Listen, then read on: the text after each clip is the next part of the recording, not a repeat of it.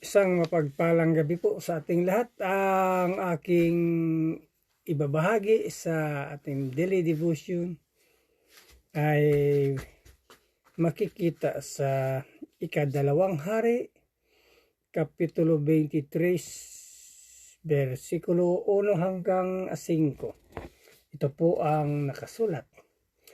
Pagkatapos ipinatawag ni Haring Hosea ang lahat ng tagapamahala ng Juda at Jerusalem.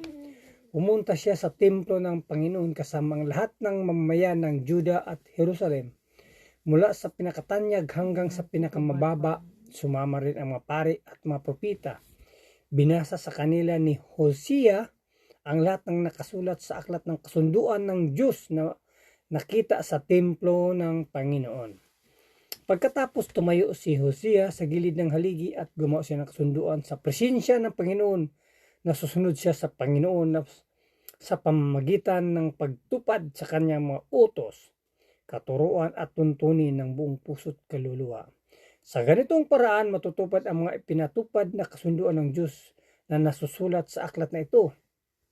At nangako rin ang mga tao na tutupad sila sa kasunduan.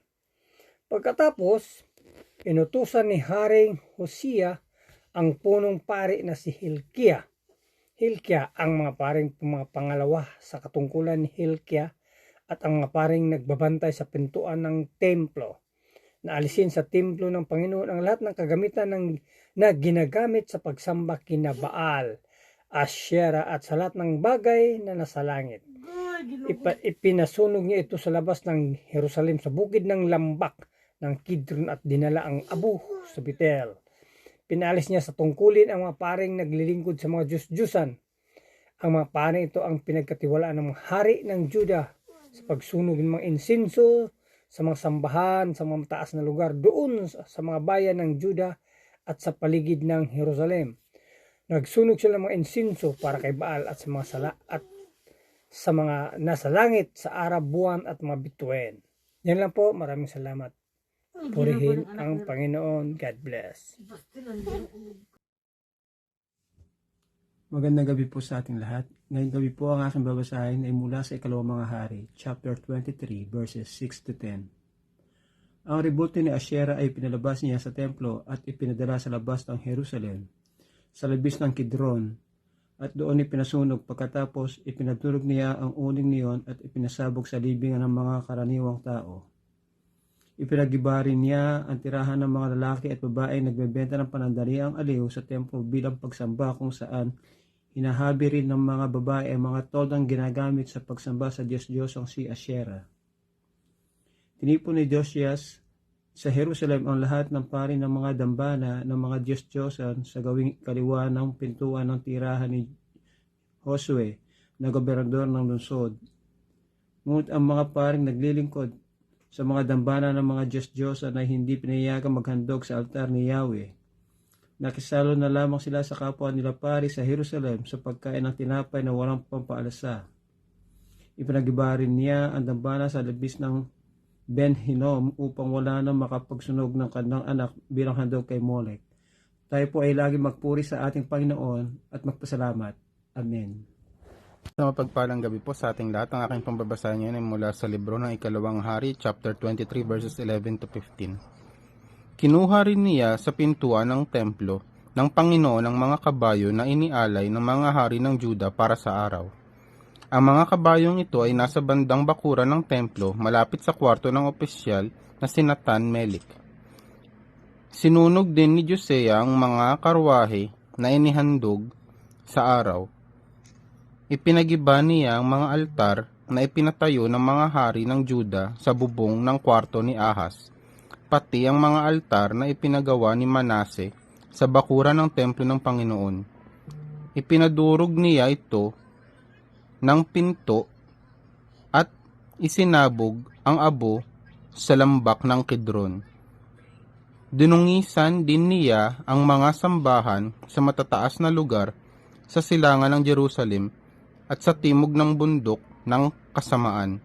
Ang mga sambahang ito ay pinatayo ni Haring Solomon ng Israel para kay Ashtoreth, ang kasuklam-suklam na diyos sa mga Sidoneo, para kay Chemosh, ang kasuklam-suklam na Diyos-Diyosan ng mga Moabita at para rin kay Molek. Ang kasuklam-suklam Diyos-Diyosan ng mga Amonita, ipinadurog ni Josiah ang mga alaalang bato at pinagpuputol ang mga posteng simbolo ng diyosang si Asherah. Pagkatapos, dinungisan niya ang mga lugar na iyon sa pamamagitan ng pagkalat ng mga buto ng tao. Ipinagiba ni Josiah kahit ang altar sa mga sambahan sa matataas na lugar sa Betel. Ang sambahang ito ay ipinagawa ni Jeroboam na anak ni Nebat na naging dahilan ng pagkakasala ng mga taga-Israel. Dinurog ito ni Josiah ng pino at sinunog pati ang posteng simbolo ng diyosang si Asherah. Amen. God bless po. Magandang gabi po sa ating lahat. Ang babasahin ko po ngayon ay mula po sa 2 King chapter 23 verse 16 to 20. At habang nakatitig siya sa paligid, nakita niya ang mga libingan sa gilid ng kabundukan. Ipinakuha niya ang mga buto sa mga libingan at sinunog niya roon sa altar sa Betel para dungisan ito. Nangyari ito ayon sa sinabi ng Panginoon sa pamamagitan ng lingkod niya na nagpropesiya tungkol sa mga bagay na ito. Nagtanong si Haring Josiah, "Kaninong libingan iyan?" Sumagot ang mga mamamayan ng lungsod, "Libingan po ito ng lingkod ng Diyos na taga-Juda. Siya ang nagpropesiya tungkol sa mga ginawa niya ngayon sa altar sa Betel." Sinabi ng hari, "Pabayaan lang ninyo ang libingan niya. Huwag ninyong kunin ang mga buto niya." Kaya hindi nila kinuha ang mga buto nito pati ang buto ng mga propeta na taga Samaria. Pagkatapos, giniba ni Josiah ang mga sambahan sa matataas na lugar sa Samaria tulad ng ginawa niya sa Betel. Ito ang mga sambahan na pinagawa ng mga hari ng Israel na nakapagpagalit sa Panginoon. Pinatay ni Josiah ang lahat ng pari roon mismo sa mga altar ng mga sambahan na iyon, at sinunog niya ang buto ng mga tao sa mga altar na iyon para dungisan ito. Pagkatapos, bumalik siya sa Jerusalem. Amen. God bless po. Magandang gabi po sa ating lahat. Ang aking ibahagi sa gabing ito ay makikita sa Kadalawang Hari, Kapitulo 23, versikulo 21 hanggang 25. Ito po ay kay Miraflor Sarte. Inutusan ni Hosea ang lahat ng tao. Ipagdiwang natin ang pista ng lampas ng anghel para sa parangalan ang Panginoon na ating Diyos. Ayon sa nakasulat dito sa aklat ng kasunduan ng Diyos. Walang naging katulad ang pagdiriwang ng pista ng paglampas ng anghel mula pa ng panahon ng mga pinuno na namahala sa Israel at ng panahon ng mga hari ng Israel at Juda. Ipinagdiwang nila ang pista sa Jerusalem para parangalan ang Panginoon ng ika-18 taong paghari ni Hosea. Pinalayas din ni Hosea sa Jerusalem at sa buong Juda ang mga espiritista na nakikipag-usap sa mga kaluluwa ng patay, ang mga Diyos ng mga tahanan, ang iba pang mga Diyos-Diyosan at ang lahat ng kasuklam-suklam na sinasamba ng mga tao. Ginawa ito ni Hosea para tuparin ang mga utos na nakasulat sa aklat na nakita ng paring si Hilkiah sa templo ng Panginoon. Wala pang naging hari na katulad ni Hosea na sumunod sa Panginoon ng buong puso, buong kaluluwa at ng buong lakas. Tinupad niya ang lahat ng kautusan ni Moises at wala ni isa man ang katulad niyang nanungkulan kahit ang mga sumunod sa kanya. Yun lang po. Purihin ang Panginoon. God bless. Hello po, good evening. Ang aking pong Bible verse for today is from 2 Kings chapter 23 verses 26 to 31. Verse 26. Ngunit hindi pa rin napawi ang matinding galit ni Yahweh sa Juda dahil sa mga kasamaang ginawa ni Manases. Kaya't sinabi ni Yahweh, itatakwil ko ang Juda tulad ng ginawa ko sa Israel. Ganoon din ang gagawin ko sa lungsod ng Jerusalem na aking pinili, pati sa templong sinabi ko na dooy sasambahin ang aking pangalan. Ang iba pang ginawa ni Josias ay nakasulat sa kasaysayan ng mga hari ng Juda. Nang panahong iyon ang bahagi ng Assyria sa gawing ilog Euphrates ay sinalakay ni Neco na faraon ng Ehipto. Sumaklolo si Haring Josiah sa hari ng Assyria, ngunit napatay siya sa Megiddo. Ang kanyang bangkay ay kinuha ng kanyang mga kasama at inilibing sa kanyang libingan sa Jerusalem.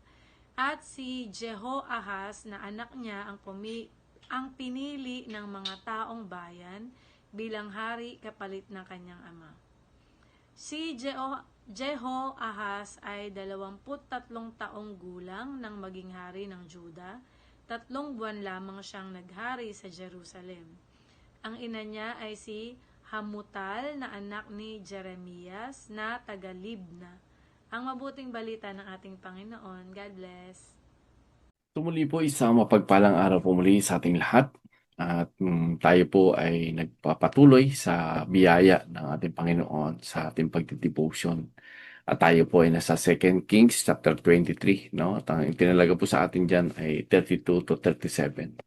So sabi po dito, hindi siya naging kalugod-lugod kay Yahweh sapagkat tinularan niya ang masasamang halimbawa ng kanyang mga ninuno. Ikinulong siya ng Paraon Nico ng Ehipto sa Ribla sa lupain ng Hamat at ang Juda ay hiningan niya ng buwis na 3,500 kilong pilak at 35 kilong ginto. Inilagay ni Nico si Eliakim na anak ni Josias bilang hari at pinalitan niya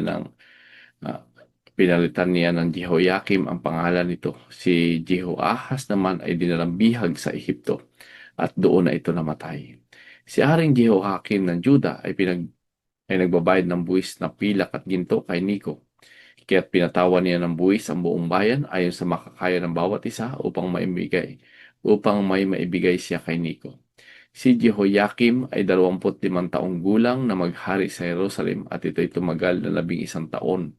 Ang kanyang ina ay si Beda na anak ni Pedaias na taga Roma. Tulad ng masamang halimbawa ng kanyang mga ninuno, ginawa rin niya mga bagay na hindi kalugod-lugod kay Yahweh. So dito po makikita natin na sa ating pagbabasa, yung mga hari na hindi naging kalugod-lugod kay Yahweh ay hindi po nagiging maganda yung kanilang buhay.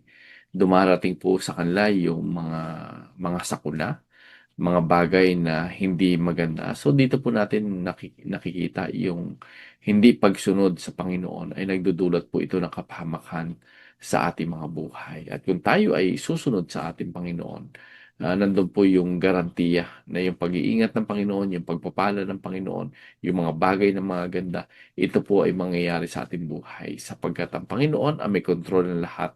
Ang kailangan lang natin, ang gagawin natin ay maging kalugod-lugod po sa ating Panginoon. So purihin po yung Panginoon na patuloy tayong binibigyan ng pagkakataon na tayo makapagbasa ng Biblia sa bawat araw na malaki ang naitutulong upang lumago yung ating spiritual buhay. So God bless everyone. Ang Panginoon po muli ang mapapurihan. God bless.